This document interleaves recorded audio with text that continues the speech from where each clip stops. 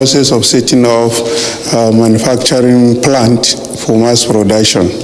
Also, Naseni's own version of Keke Nape, what we call Keke Naseni, the cargo version, has been seeded for mass production to Innoson Motors. Naseni has intervened in many areas, especially renewable energy. We are producing solar modules, that is solar panel in Karshi, as a result of research and developmental activities. Through its National Tractor Recovery Program, for instance, Naseni, Professor Sani Haruna explained, is also involved in what he called the refurbishment, rehabilitation and redeployment of broken down agricultural implements back to the farms for enhanced agricultural production. The President is very impressed and happy with the achievements so far. He urges us to do more, such that the technologies that are yet to deploy for the benefits of Nigerians can be done, and also promise to look at all our hindrances for optimal performance. The National Tractor Recovery Program is only a pilot scheme we commenced from Niger State. He wants us to expand to other areas because that can boost agricultural products. With President Muhammadu Buhari as chairman of Naseni board, the executive vice chairman is certain that the agency can only do much more for the desired prosperity of the country. We are going further into electric vehicle, aircraft and the rest of it. But most importantly, what Naseni is doing is now impacting on the lives of the common man.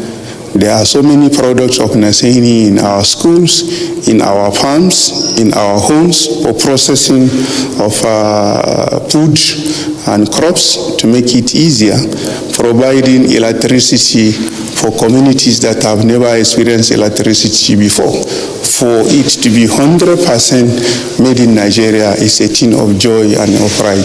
The governing board meeting of Naseni is soon to be hosted by the president, during which major decisions will be taken towards charting the best way forward for the agency. From the State House, Adamu Sambo, NTA News. All right, let's delve to security. The security situation in the northeast and indeed other parts of the country will not be the same in the year 2021. Governor Babagana Umar Zulum of Borno State dropped the cheering news while speaking to newsmen after an audience with President Muhammadu Buhari. Again, State House correspondent Adam Sambo reports that they discussed the prevailing challenges of security as well as the planned repatriation of Nigerians taking refuge in neighboring countries.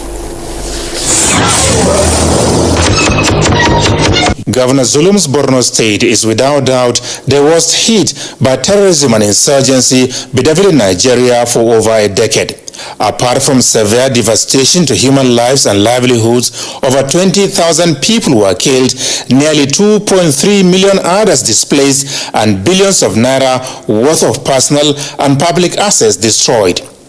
Borno was virtually under siege as several council areas were effectively under the control of the criminal elements. With the far-reaching measures adopted by the Buhari presidency on coming to power, the security situation has significantly improved as lost territories were recaptured and Boko Haram technically defeated. However, the terror group is still wreaking havoc, especially on soft targets, as demonstrated in the recent killing of rice farmers at Zabarmari community of Borno State. That incident and others in parts of the country are getting Nigerians worried, and this dominated discussions between President Muhammadu Buhari and the Borno State Governor Babagana Umar Zulum. After their closed-door engagement attended by Defense Minister Bashir Magashi, Governor Zulum told newsmen unequivocally that hope is bright for an end to the prevailing challenges of security in the country. The President has assured Nigerians, has assured people of Borno State that we shall see improvement in the year 2021, and I'm optimistic that we shall see it. Government at the subnational level will also exploit all potentials to strengthen the resilience of the communities, in addition to what the Nigerian army is doing. The President is up to the task to ensure that there will be major changes in terms of security station in the entire nation in the year 2021. Governor Zulum also discussed with the president issues relating to the repatriation of Nigerians living in the neighboring Chad, Niger and Cameroon. They have stayed for a long time. They want to come back home. There is an ongoing agitation by them, and I think government has to listen to them. And President has given me the assurances that he will support this very important initiative in collaboration with the Federal Ministry of Humanitarian Affairs in ensuring their repatriation within the shortest possible time. Borno State government, he said, is prepared to work hand in hand with the federal government in support of the planned repatriation exercise. From the State House, Adamu Sambu, NTA News. On the foreign scene, we hear that UK Parliament approves Brexit trade deal, which will govern trade, standards and travel between EU and UK once transition period end on January 4th. Joyce Ometu reports that EU chiefs signed Brexit trade deal in Brussels. Members of Parliament have voted to approve legislation that will pass the EU-UK post-Brexit deal into UK law. The Commons approved the measures by 521 votes to 73 at its first stage in the Commons. Parliament was recalled to put the agreement into UK law 1 day before the UK stops following EU rules. The EU bill will then pass to the House of Lords for their approval. Once both houses have agreed to the bill, the Queen will be asked to give her consent, known as royal assent. EU bosses officially signed the agreement in Brussels earlier. Reports say it has been flown to London for Boris Johnson to sign. Boris Johnson claims that his post-Brexit trade deal with the EU allows the UK to have its cake and eat it. This deal, above all, means certainty. It means certainty for the aviation industry and the hauliers who have suffered so much in the COVID pandemic. It means certainty for the police, the border forces, the security services, all those we rely on across Europe to keep us all safe. He considered that there would be changes for business when the UK leaves EU trading rules. But he insisted the deal would allow the UK to go its own way, but also have free trade with the EU. Joyce Ometu, NTA News. And still staying with the foreign scene, UK becomes the first country to approve the Oxford AstraZeneca COVID-19 vaccine, just as several die in attack on Yemen's Aden airport. Joyce Ometu again will bring us the details. The United Kingdom has become the first country in the world to approve a coronavirus vaccine developed by Oxford University and AstraZeneca, with the first doses due to be given on Monday. The UK has ordered 100 million doses as it battles a major winter surge driven by a new highly contagious variant of the virus. It comes as the UK Health Secretary, Matt Hancock, announces the extension of lockdown measures in England to counter the rapidly growing number of cases of the new variant. In the meantime, Germany recorded more than 1,000 coronavirus-related deaths in 1 day for the first time on Wednesday. The reported death toll increased by 1,129 to 32,107. And Taiwan has closed its borders to everyone but citizens, residents, and a small number of accepted categories from 1st January after it detected the first case of the UK variant of COVID-19. In the U.S., a recently elected U.S. lawmaker has died from COVID-19, the first member of Congress to die from the disease. Republican Luke Letlow, aged 41, had been elected as representative for Louisiana's 5th District and was due to be sworn in on Sunday. Looking at the numbers, more than 82 million positive cases have been reported globally, and 1.8 million of the number have died. Nigeria recorded 749 new COVID-19 infections and 3 deaths across the country. The new cases take the total figure in the country to 85,560. In other news, reports from Yemen say an explosion at the airport in the city of Aden has killed at least 16 people shortly before a plane carrying new government officials landed. The source of the blast was not immediately clear, and no group has claimed responsibility for the explosion. Meanwhile, a landslide has smashed into a residential area near the Norwegian capital, injuring 9 people and destroying several homes. Authorities said some 200 people have been evacuated on Wednesday amid fears of further landslides. And that's where this segment ends. I am Joyce Ometu. And back home, we hear succor will soon come the way of more than 3,500 poor and vulnerable households from 15 out of the 44 local government areas of Kano State. Now, this came to light during a 2-day training on enrollment process and community mobilization for enrollment squad under the conditional cash transfer program of the federal government. Yahanesu Hassan Barau reports. The conditional cash transfer is one of the federal government's social investment program targeted to break intergenerational poverty through capital development in the country. The program has impacted positively on the livelihood of more than 100,000 poor and vulnerable across 15 local government areas of Kano State. This necessitated the federal government to train 120 cash transfer facilitators on better community mobilization and disclosure of households. We are going to go to the next 50%, which will make it the 80%, then the last 20%. We have to build their capacities, facing current realities, guarding them and warning them against sharp practices. Rukaya Ibrahim and Sha'aban Idris are among the gatekeepers. I want to use that training that we've gotten to go to my community, make use of the documents, the materials I've required here, and go and transmit whatever it is. A document that we will go and ask and we will enroll them based on this document. We follow them step by step. With the slogan, Better Don't Come, the household uplifting program is expected to reach out to the remaining 29 local government areas of Kano State by the year 2021. In Kano, Yahanesu Hassan Barau, NTA News. Ignorance and blatant disregard of measures taken by the National Identity Management Commission may complicate difficulties being faced by those trooping to get their national identity number. ICT correspondent Joseph Johnson reports that the booking system introduced to reduce crowding and forestall spreading of COVID-19 is facing challenges in Abuja.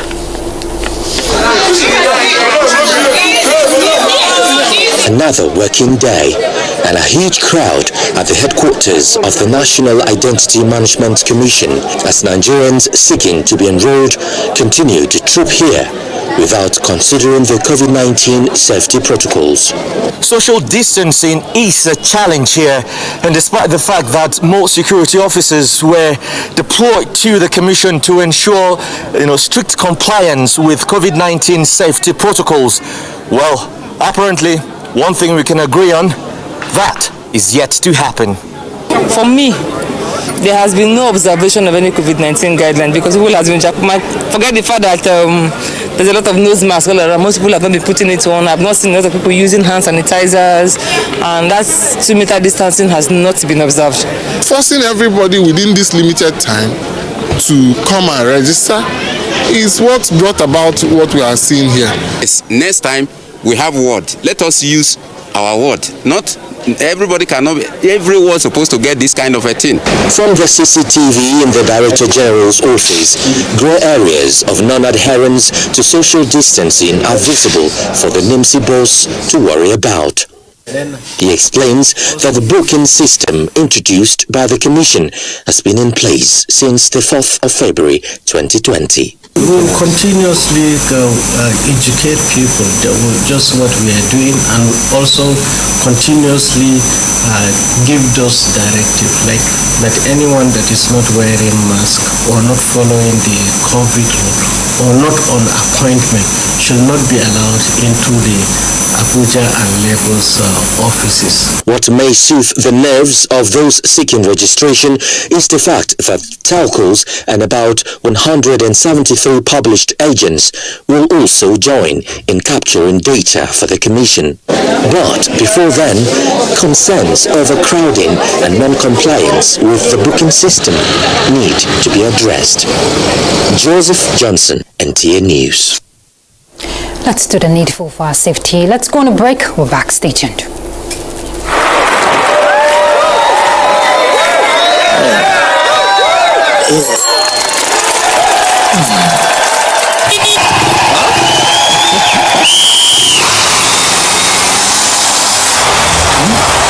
Latest entrant, latest technology. Welcome to Intel 4G LTE Advanced and experience fast internet access today. Visit intel.com.ng or any of our stores in Lagos, Abuja, and Port Harcourt to get started. Intel. Live more.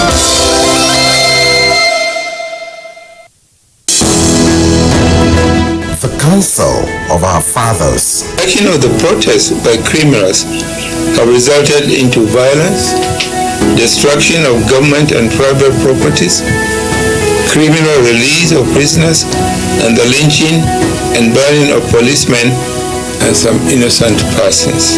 These developments is causing serious concern to all of us, and if care is not taken, it might lead the country to a point of no return. Nigerian youths, let's build our nation together.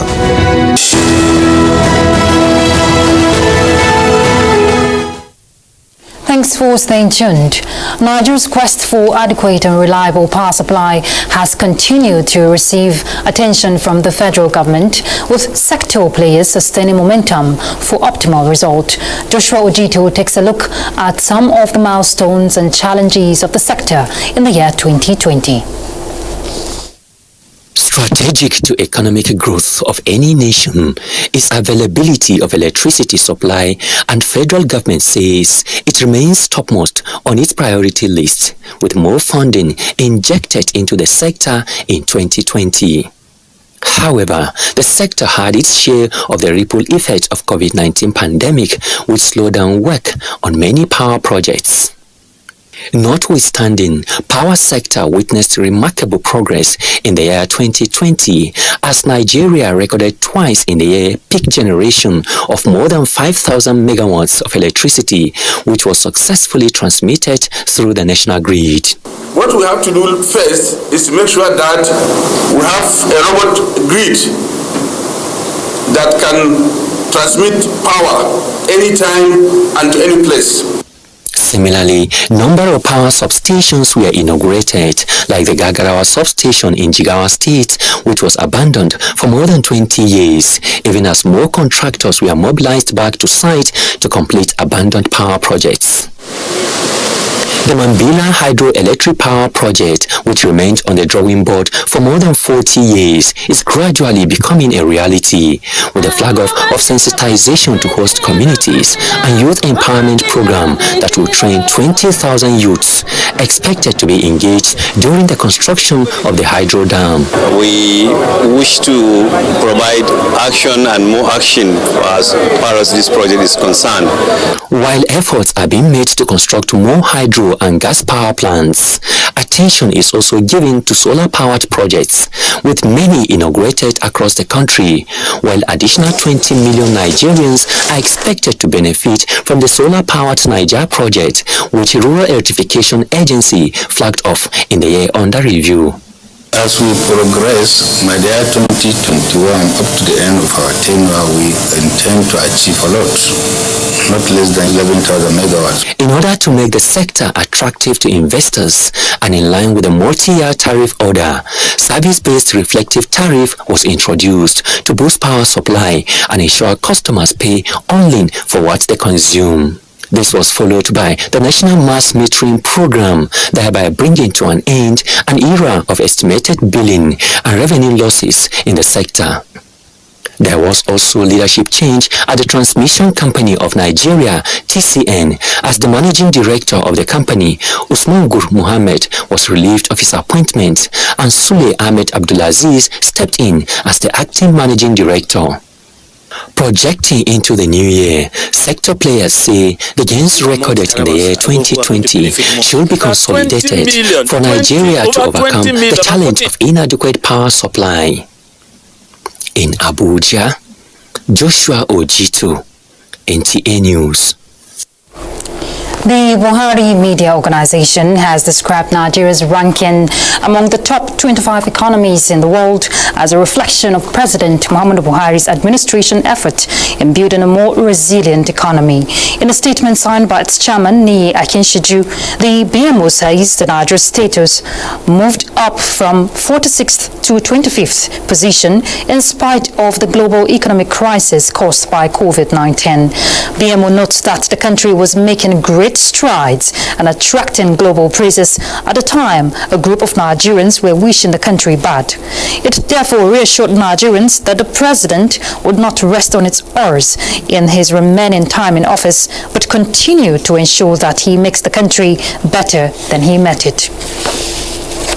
Nigerians, from the president to those in the academia in particular, were in a state of shock on Tuesday night over the death of Professor Femi Odekunle, a renowned professor of criminology and member of the Presidential Advisory Committee Against Corruption.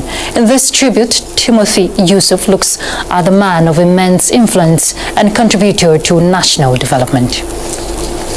When I say that redeeming the youth, we must first redeem the leaders. That's so when we redeem the leaders, then the youth will be redeemed. Classic Professor Femi Odekunle, an acknowledged academic, first professor of criminology in Nigeria and member of the Presidential Advisory Committee Against Corruption. The news of his death on this 29th December 2020 sent shockwaves across the nation as he meant a lot to many people across all divides. Tributes that poured in barely few hours after his demise show his personality and influence. President Buhari described Professor Odekunle as valued friend and a towering intellectual giant with an impeccable knowledge of his chosen academic field, governance and administration. Other words of eulogies used by different people show how great a loss Professor Odekunle's death is to Nigeria. Until his passage, he has been very useful to successive governments in this country, and sitting on the anti-corruption committee of Mr. President, he has brought to bear his wealth of knowledge. He was a man of principle. He lived by a code of ethics. He believed that Nigeria would be a better place without corruption in it. He was one personality that quite knowledgeable in his chosen field, and I dare say that Nigeria had never made maximum use of his intellectual prowess. With the remains of the late Professor Femi Odekunle set to be finally laid to rest this Thursday, many, including the NTA, where he has over the years served as a resource person and analyst, will greatly miss the man everyone likes and respects. In Abuja, Timothy Yusuf, NTA News. Sad indeed. Let's go take sports update next. Welcome to Sports Update. I am Tamara Ebiwe. With Nigeria competing in 11 sports where it has comparative advantage in the Olympics, Minister of Youth and Sports Development Sunday Dare has assured a more robust preparation will commence early next year with less than 6 months to the Games. First and second phases of the campaign for the Tokyo Games held in Plateau, Lagos, Abuja, Bayelsa and Rivers states, and the ministry says plans for the next phase are in top gear. In the Nigeria Professional Football League Week 1 concluding fixture, 2016 runners-up Rivers United began their season on a winning note against 2016 champions Rangers International in Port Harcourt in a match that was live on the NTA Wednesday evening. On Tuesday, Enyimba pipped Abia Warriors by a lone goal. The match was also beamed live on NTA from Aba. Away from the Nigeria Professional Football League, Governor of Ogun State, Dapo Abiodun, has restated readiness to develop youths in the state through sports. This was when he announced his partnership with the Nigeria Football Federation when he hosted the NFF leadership in his office on Tuesday in Abeokuta. Governor Abiodun said he is committed to the growth of sports as a tool for empowering the youths and making them self-reliant.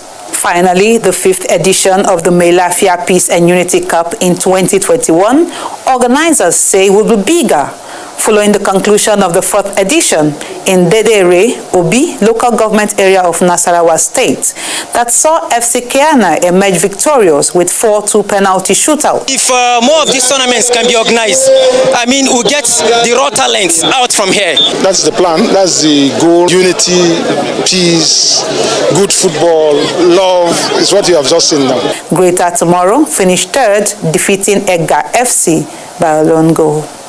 And that's it on Sports Update. I am Tamara Ebiwe. All right, let's find out how tomorrow's weather will fare.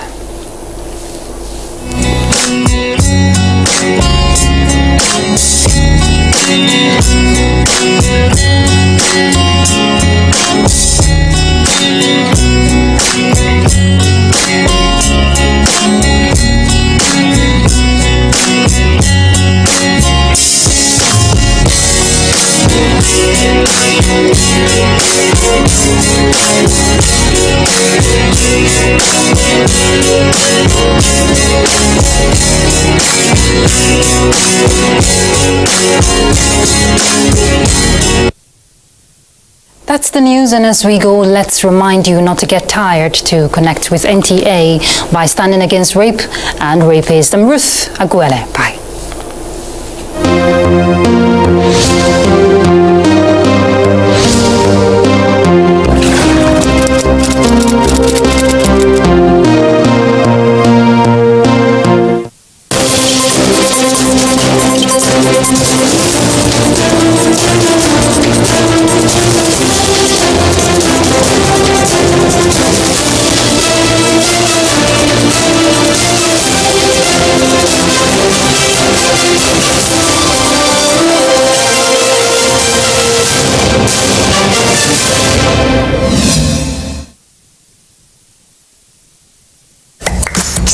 Hours a day, 7 days a week.